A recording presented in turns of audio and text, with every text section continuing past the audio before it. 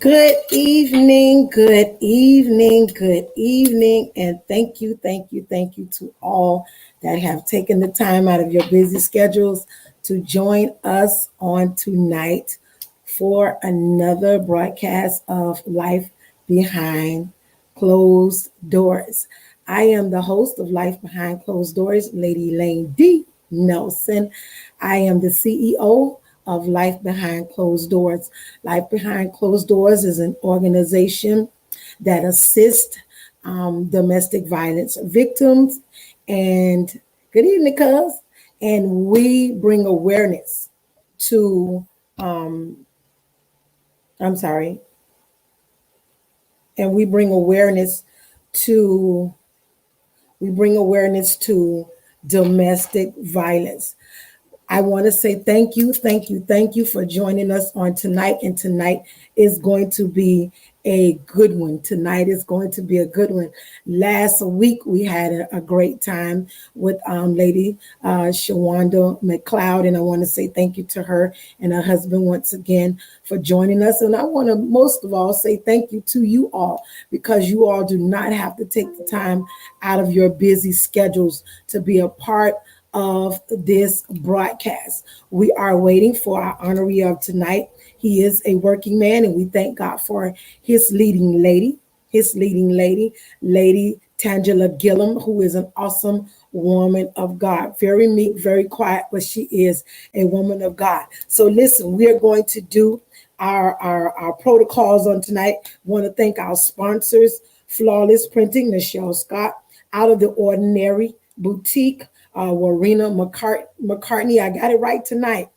And National Associations of Funeral Services Professionals, and that is Kevin Mitchell. That is Kevin Mitchell. If you want to be a sponsor, we will be advertising your company, your business through our broadcast, and this will stay up. These videos, they do stay up.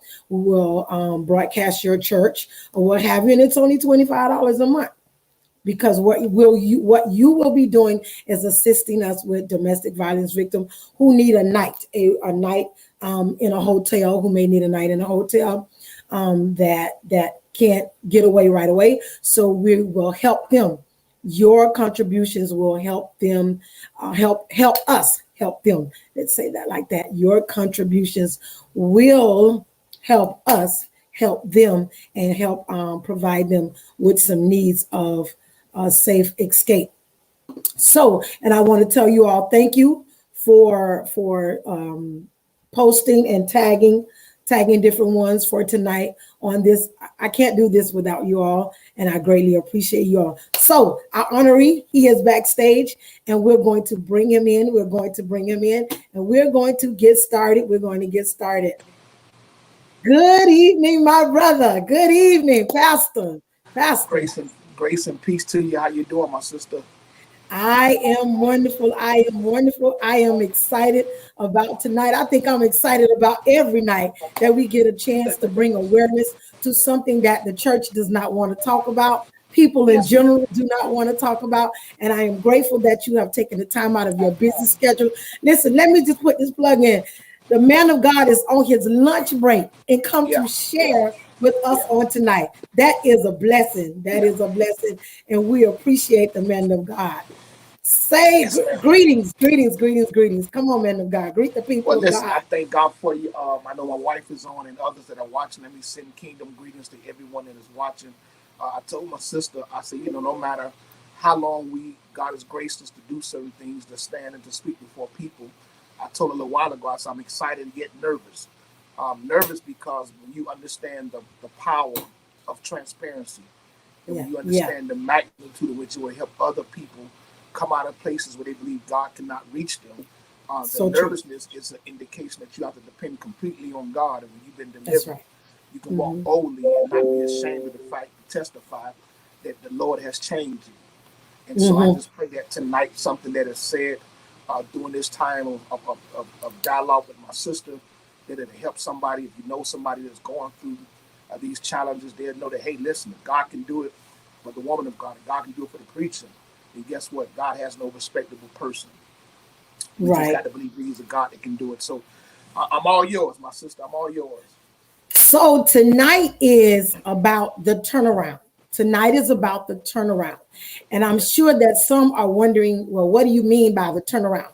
This broadcast is about domestic violence. It is about domestic violence because this is the platform that God has given me, and I stand boldly in it because I am a survivor, 8 years of domestic violence. So tonight, man of God, first of all, tell us about yourself. Tell us about yourself. All right, yeah. Well, before we get all caught up in the titles, the pastor, apostle, and all that, I'm just a brother that was born and raised in the city of Opelika, otherwise known as the Triangle. That's where a lot of my adolescent years and my development came from that area. I was exposed to ministry at the age of 5 years old under leadership of late Reverend Bishop R.H. Faison, in which that's during the time your family used to come over. Back in the day, that's when we had some serious church, Serious church. Yeah. not church, but church. And so, Uh-huh. God allowed me to go through that. He's allowed me to graduate from Highland Miami Lakes, proud Trojan. There's not many of us, but I'm proud. So, and we've been married now. Well, I met my wife, and that's the next question. But we've been married about like Don't worry October. about it. Keep going. You good? October will be 28 Let years. me, We've let me been pull together up right 30 quick. years. Yes, you go. Right. There Yes, you she go. go.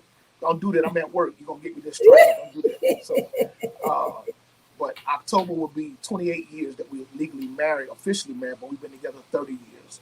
And so Hmm. I just give God praise for what we've gone through. We now know it was leaning towards God giving us integrity with Hmm. the assignment that He's given us and giving us the oil to reach some people who are just looking for people that's able to keep it 100. Right. Okay. So let's get into it. How many years have you all been married? We've been married 28 years. 28 years we've 28 been years. married come October, but we actually been together 30 years. 28 years. October 16, 30. 16. October Okay. 16th, 1993. October 16, Can't 19. never forget, to the brothers, never forget that date. Never forget that Never date. forget that day. Come on, Never Mark. forget Come that date. on. You never forget that day. You No, never sir. forget that day. Okay, so children. Do you have any children? Do you all have any children? Yes, we actually do. Many that follow me and my wife know our son was consequently called home back in 2012 due to gun violence, and that's another area that we have lent a lot of advocacy to, especially now with what's going on and everything. So we had a son, his name Quentin Bryce. God called him home to be with the Lord back in 2012. But now we have two daughters, 25 and 26, soon to be 26, Hmm. and Hmm. we've been blessed to have three grandkids. And so, Awesome. people look at us and say, "Y'all got grandkids," but they're not allowed to call me granddaddy. They call me Papa. You Not allowed sound to like my call me. oldest brother. Yeah, yeah, yeah. Don't You call me sound like my granddaddy oldest just brother. yet. Okay, And so so, tonight, as we uh, stated, tonight is about domestic violence and it's about the turnaround. So, when it comes to domestic violence, were you the receiver or were you the giver? actually, I was the giver. And let me say this, and let me take my time going through here. A lot of Take your times, and time. I think I shared to my sister a while back when she did the domestic violence piece at our church. Oftentimes, we hear from the victim, and we hear the stories. We hear how God graced them through, like yourself, to come through, and how you've had to go through some very, dark and tormented times. But very seldomly do we ever hear from the one who was actually the abuser. And so I saw that night when you had the event at our church, the magnitude in which people was really blessed to know. In fact, one of my former coworkers, who's the wife of Pastor Dwayne Richardson, she was at the church that night, and as we was giving the presentation, she had me laughing. She looked at her girlfriend and said, "Hey, she must be talking about another Gillum. That ain't the Gillum we know." And Right. so that lets you know that when you've been delivered, there's no residue of who you used to be. No And so I residue. was Come on. I was the Yeah. actually giver of the abuse, and it wasn't a time that I'm proud of. It was a very dark time for me and my wife. We got married, or I don't want to jump ahead, but we got married very young, No, you and good. so we Flow had to with it. learn a lot of things by just self experience, on the job training, if you will. Just things that we made a lot of mistakes, and we tell all the married couples, I think we were the epitome of a walk-in Jerry Springer show Ooh, because watch this. ooh. I had the face for the Sunday morning saints because of the gift. But after my Come service was on. over, then the real me came back up.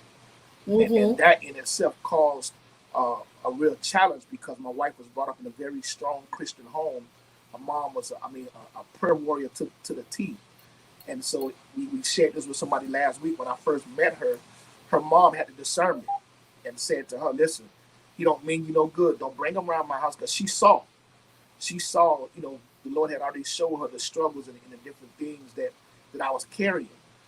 But I thank God that before God called her home, when I preached my initial sermon at 93rd Street Baptist Church, she sat in the wheelchair and said to Pastor Johnson, she knew that the Lord had changed her son-in-law. But it Right. took a process.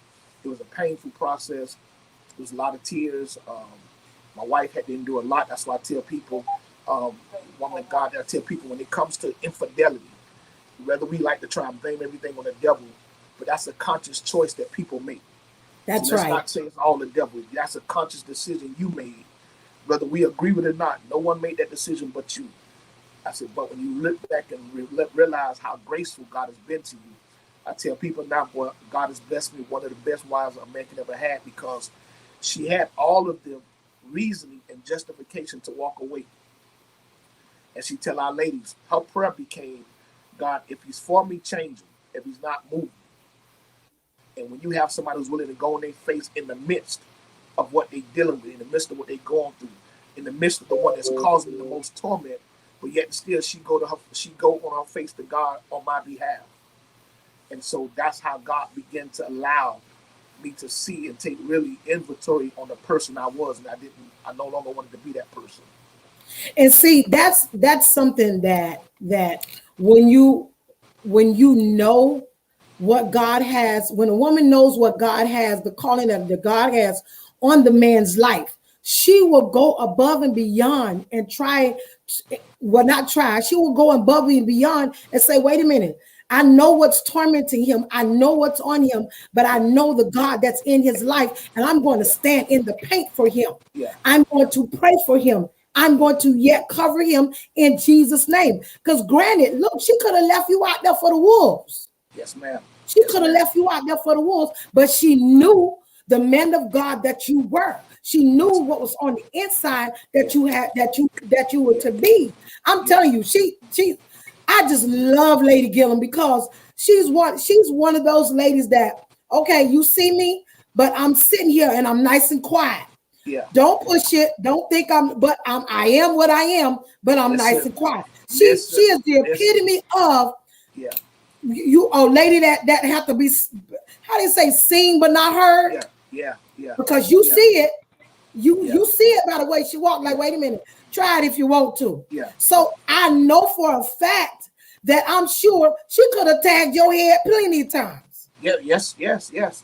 And here's the thing. Here's the thing. And I tell people, and really, this helped me to come up with the thing for our men's conference that's coming up this year.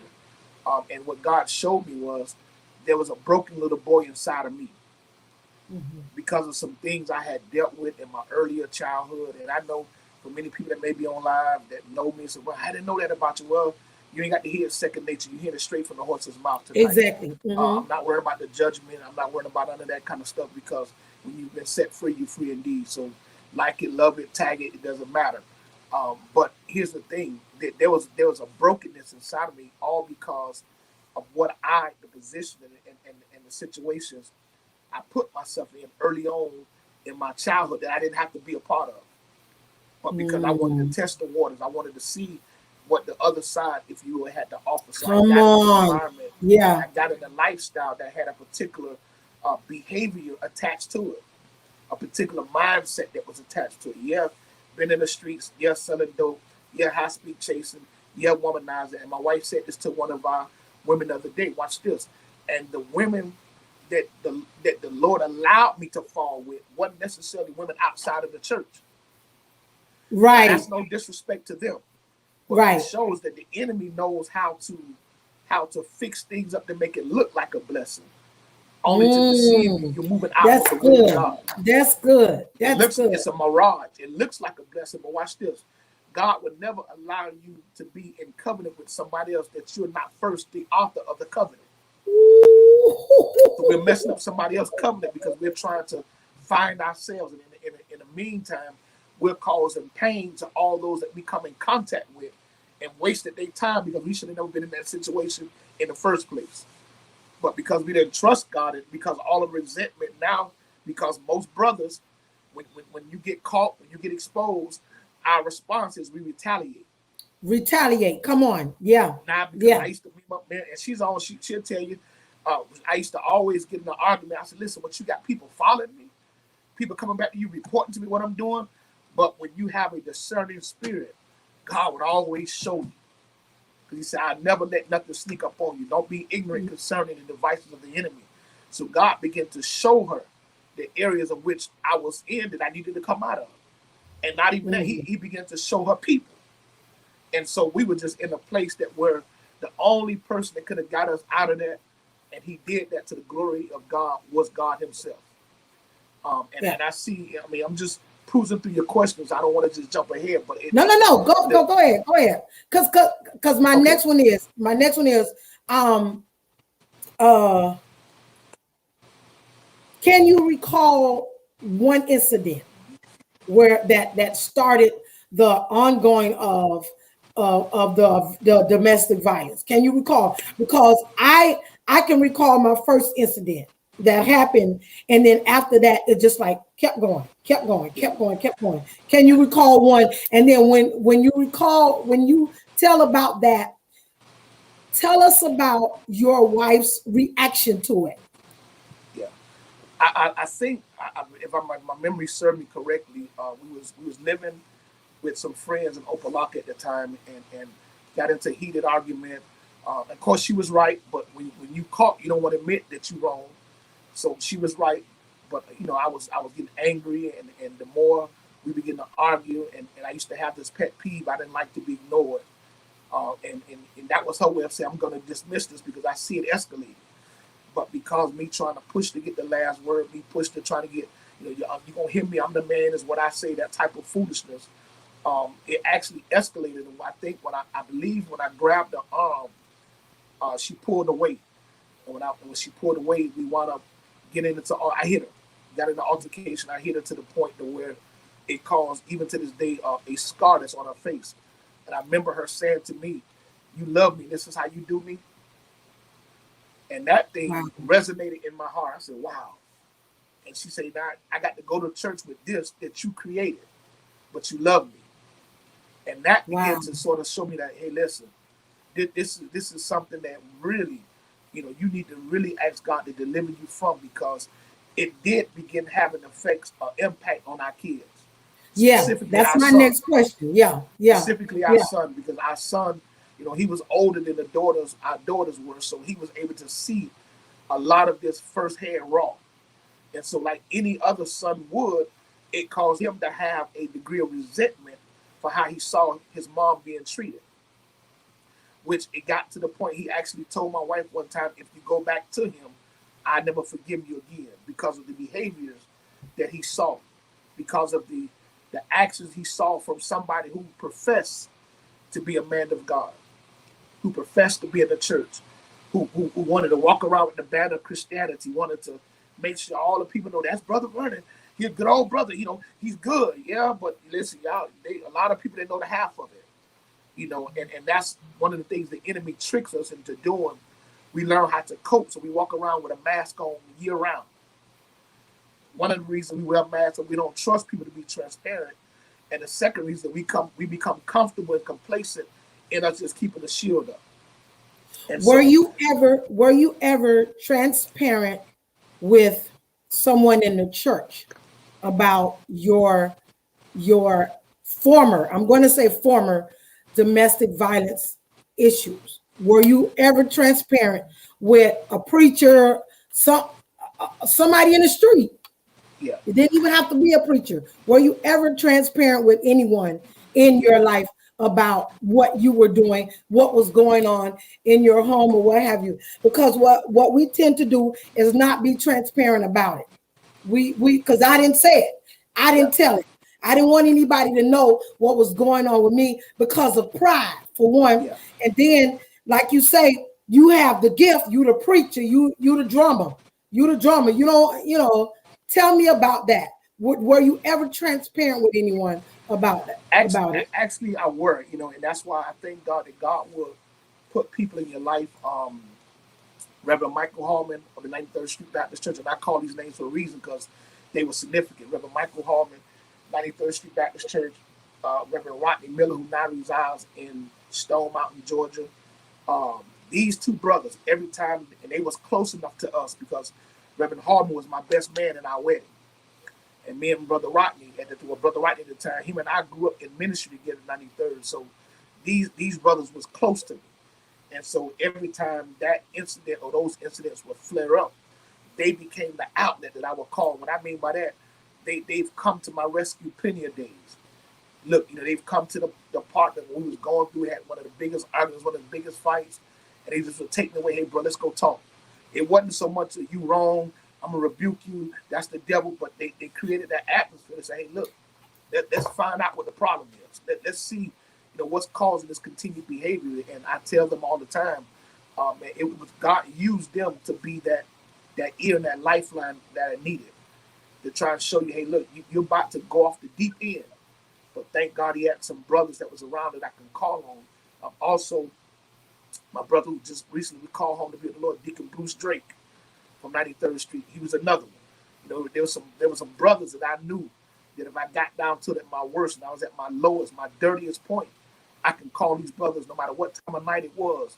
They was coming. And we used to get in the back of Michael Hallman's little Nissan, and we'd go up to Jumbo's, and we just go up there and just hash it out. They allowed me to vent. They allowed me to show them my brokenness without judgment.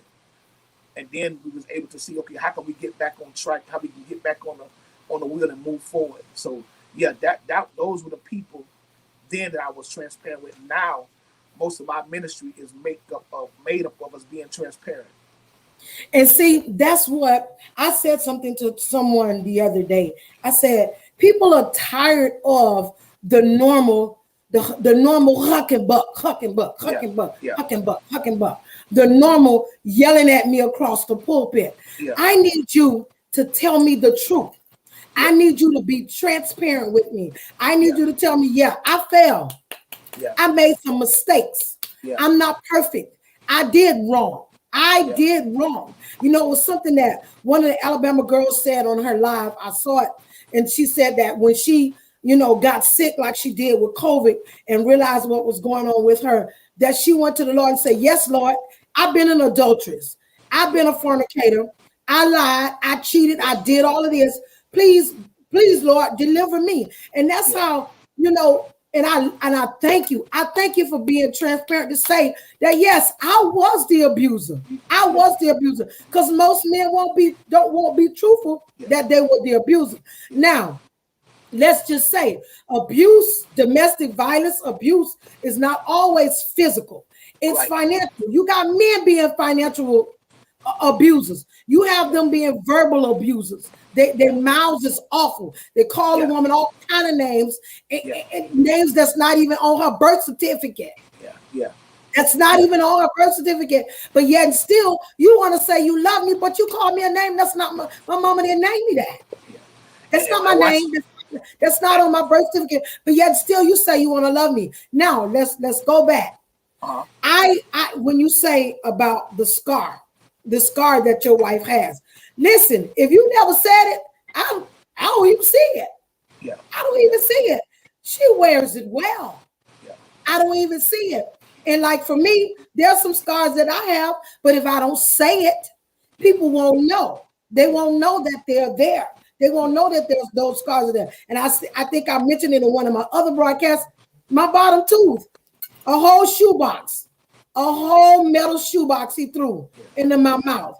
I could have lost all of them, but only the bottom one. So the transparency is needed. Now, in one of the altercations at any time where the police called, Yeah, what's funny about that, and this is why I say, I've heard people say this, and it's not necessarily biblical, but I've heard people say God covered babies and fools. Yeah, I wasn't a baby, I was a fool. Because let me tell you something, there was several times that the police was called, but I just was graced to not get a domestic violence charge that would have hurt me professionally for the rest of my life. One time in particular, we was living in Lake Lucerne apartments. right off of 207th and 27th Avenue. We was living in the back by the racetrack. And we got into a big altercation, and I knew she had called the police. So I said, you know what? If I can get back to my safety area, open lock, I'm good. And so I was getting ready to, back then, I used to have the orange and white jitneys. So back then, Yeah. I was getting ready to go jump on the jitney, and I saw this friend of mine. I said, hey, look, man, take me to open lock. I said, you know, she just called the police on me. I got to get from around here. He said, okay, I got you. I got you. This young man, in his infinite wisdom, he was on his way to take me to open locker, but then remembered he left something at the apartment right across from where we lived at. So I'm sitting back in the seat, only discovered he came, he turned back, and I looked up, and she said, she told the police, there you go, right there in the back of the car. So the police came, and they put me in handcuffs and everything like that, and they was on their way to jail. And I don't know if Pastor A.B. Jones would see this or remember this, but one of the young ladies that was transporting me was a member of Pastor A.B. Jones' ministry at that time. And so while they on their way to take me to jail, she saw him at the red light. And I heard the voice. Somebody gonna get this. I didn't see his Heard the face, voice. but I Yeah. heard the Come voice. on. I couldn't see him physically, but I heard the voice, and the voice was one that I was familiar with. And so he asked the young lady, he said, who's that you got in the back? And she began to tell, she never told him what I was being arrested for. And I never looked up because of the shame. My But God. God said, now this is how you're about to be put on full disclosure if you don't get yourself together. And I don't know Mhm. what happened and what by the time I got to the police station, the police sergeant opted not to pursue the domestic violence charge. And I said, boy, listen here. One thing I don't have in common, me and jail ain't got nothing in common. And so God had to show me you're on the verge about to lose everything that I'm getting ready to put in your Everything. hand. So the Mm-hmm. police were called, but I just was graced by God not to have a domestic violence charge that would have prevented me not to be able to work for the last 29 years that I've been working. Okay, so let me ask this question because I'm monitoring your time. Okay. Because I want you to, you know, um, as a child, were you ever exposed to domestic violence? Actually, no, and that's where the thing becomes sort of crazy when you try and research and trace where that spirit came from.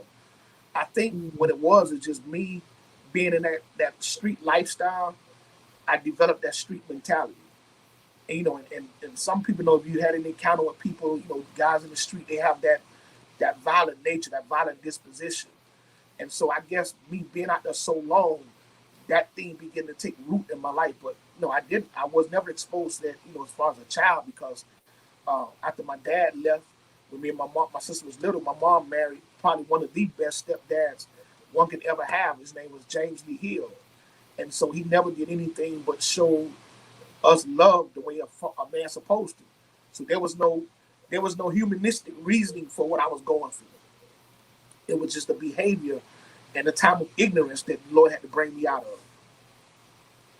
Yeah, I just thought about what you said about the voice, about hearing that voice, and I don't think anyone caught that like it should have been Yeah, caught, yeah, yeah, because we think it's always about God, hearing the voice of God.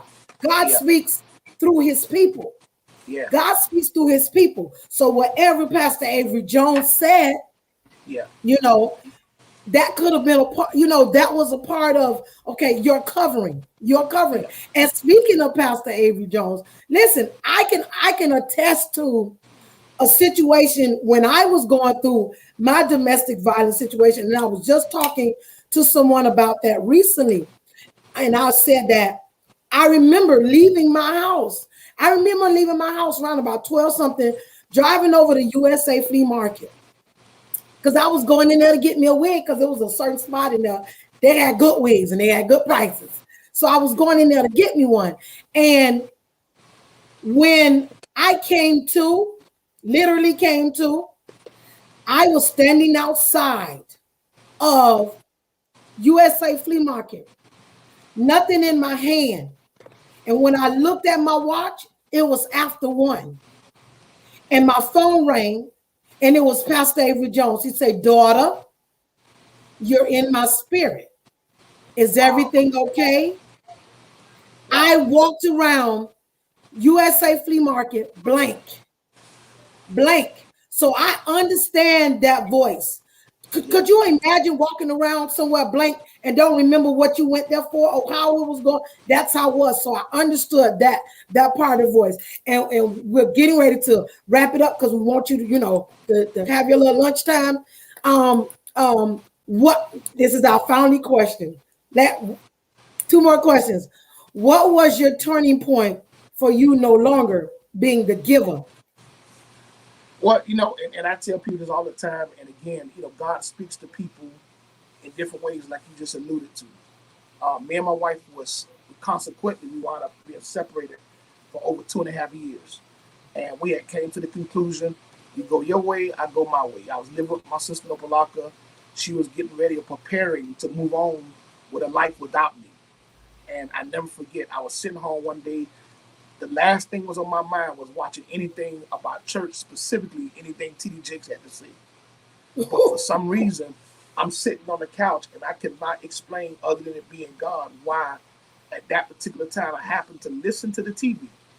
And TD Jakes was ministering to married couples. And he said, "Man of God, I want you to look right into this camera as I say this into your life." He said, "If your marriage failed today, and even if, according to your account, your wife is 100% wrong, God still holds you accountable."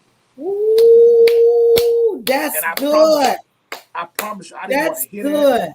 I did not want to hear that. And he said it again. He said, "Let me say it again." And the last thing he said was, "Get up and go get your family."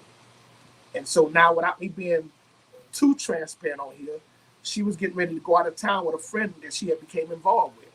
And I left Opalaka, went all the way, I think it was in Miami Lakes, I believe it was. And it was funny because her and her sister was getting ready to load the van up, and her sister said, "Hey, I think I just saw Vernon." And she like, "Child, Vernon ain't over here." But I had them follow them all the way out there. She was getting ready to leave with somebody else. Dangerous move. Dangerous move. And I told her then, I said, "Look, I need to talk to you." And I asked the guy, I said, "I need permission to talk to my wife." I'm asking somebody else permission Whoa. to talk to my wife. And they thought I was coming Whoa. from a confrontational standpoint. But at that point, the confrontation was gone. God had done broke me. And so even though that night we didn't speak, it opened the door for us to have the opportunity for us to have that dialogue, and we can sort of see how we can put this thing back on track. And so God began to turn things around. He began to allow me to see the value in the jewel that I had been given. And so let me say this to any brother that's watching: if you don't honor your wife, especially if you're a preacher, that's a problem, because they're not meant to be sex tools. They're not meant to be your doormats. They're not meant to be, and we take that word submission and take it all out of context. But one thing, the late Reverend Alonzo Anderson said one time: a woman can never submit to a man who first don't submit to God. Whoa. So you want your wife to submit to you, but they don't see you submitting to God. That's a problem. Mm. That's And so good. God began to really show me, "Hey, listen, get yourself together, because there's a great assignment I'm getting ready to place upon your life. And your experience is going to be necessary, and it's going to be the fueling thing that nurtures the anointing I'm putting on your life. That you can't be a carbon copy of nobody else, but you got to walk in the authentic oil I've given you and your wife, because y'all assignment is to help people come out of dark places where the enemy tried to destroy y'all in." Please give us some closing remarks. Please give us some closing remarks. Because there's nothing else to say. Give us some closing remarks. Well, let me say again, on behalf of my wife, to you, Lady Elaine Nelson, thank you for your courage to hear God, and you opening the door and allowing this time of transparency to be shared with people all across the city and the state that you've been dealing with and coming in contact with. Let me honor you for that, because being in that situation takes a God be lot of the glory. courage. It takes a Yeah. lot of courage to trust God, because now you're opening yourself up and you're leaving yourself open for scrutiny. But those that love you and honor God, they ain't trying to scrutiny, they celebrate you. And so let me honor you for that. I will say to every brother, every family that's on here, every wife, there are signs that prelude physical abuse. Pay attention to the signs. Be Yes. attentive. Don't be so bamboozled and so in love Because oh, he say he'll never hit me again. Oh, he say he ain't gonna never do that no more. Then you abuse somebody. Then and this is one of the things that we used to have to deal with. How you abuse somebody, they want to turn around and then sleep with them at the same time. Woo! Talk about it. That's no longer intimacy. That's rape. Because now you Oh, forcing yes, sir. intimacy on Yes, somebody sir. that's really against Yes, their will. sir. Yes, sir. Because now, You if you better don't say it. broke me emotionally, if you don't broke me mentally, what make you think I want to lay down and be intimate with you? But because the church says, wife, you got to fulfill your duty. Wife, that's body. That's good according to the word. But what is that doing to me psychologically? That's right. What is That's that doing right. to me mentally? That's See, right. I'm doing nothing but being coached by the church that allows somebody to rape me against my will. And that's what rape is. Intimacy against somebody's will and consent. That's right. And so I pray that this is helping somebody.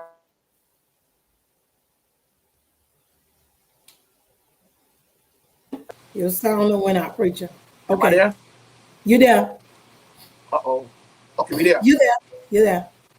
Okay, the sound a little distorted. So okay. So I pray that this ministers to somebody tonight. Again, y'all get behind our sister, Hidden Rage. This is not a ministry, it's a movement. It's not a ministry, it's a movement. And everyone I believe that come in contact with, we've been to a few of the events. I'm telling you, it's just such a time of healing, such a time of honest, sincere transparency that people are walking away and say, I've been healed. I believe one last thing, you said something earlier. You said about don't get caught up with the hucking buck. I say to our church, and if you don't believe me, look at the Word Network, and it's going to prove itself. Most of the flourishing ministries that we see that are on the Word Network on that level, and I said to our church, pay close attention.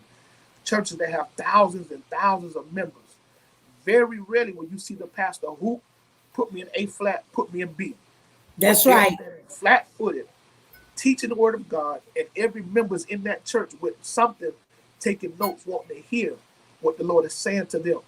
And it's not saying that something is wrong with preaching, but we're in a different dispensation now that you got to be able to teach people that their spirit can retain the word of God and they can flourish and be the men and women that God has called them to be. So that's it. I'm Pastor Gillum, and thank y'all for allowing me to share with y'all on my lunch break. My Yeah. wife, she's on. She told me when I called her, she said, I'm waiting on you. I'm on live. Where you at? I said, I'm coming. So I give God praise to Pastor Tangela Gillum. That is my boo. That's my girl. And I tell people all the time, if you want to ever see me get out of the anointing, touch her, bother her. And you can bet believe Apostle Gillum ain't coming, Pastor Vernon ain't coming, Brother Vernon ain't even coming. Vernon coming. Amen, somebody. Well, we want to say thank you again. Thank you again. Thank you again, my brother, for joining us because we do want you to at least get a little bit something to eat before you have to go back to work. And we Yes, ma'am. appreciate you all. Thank you all for going on live. And we love you. Tag and We love share. you Tag and all. share. Tag and Tag share. and If share. this was a Yes, we blessing to love you, you tag and all. share. Yes, we love you all. Have a good night. Thank you. Thank you. Thank you.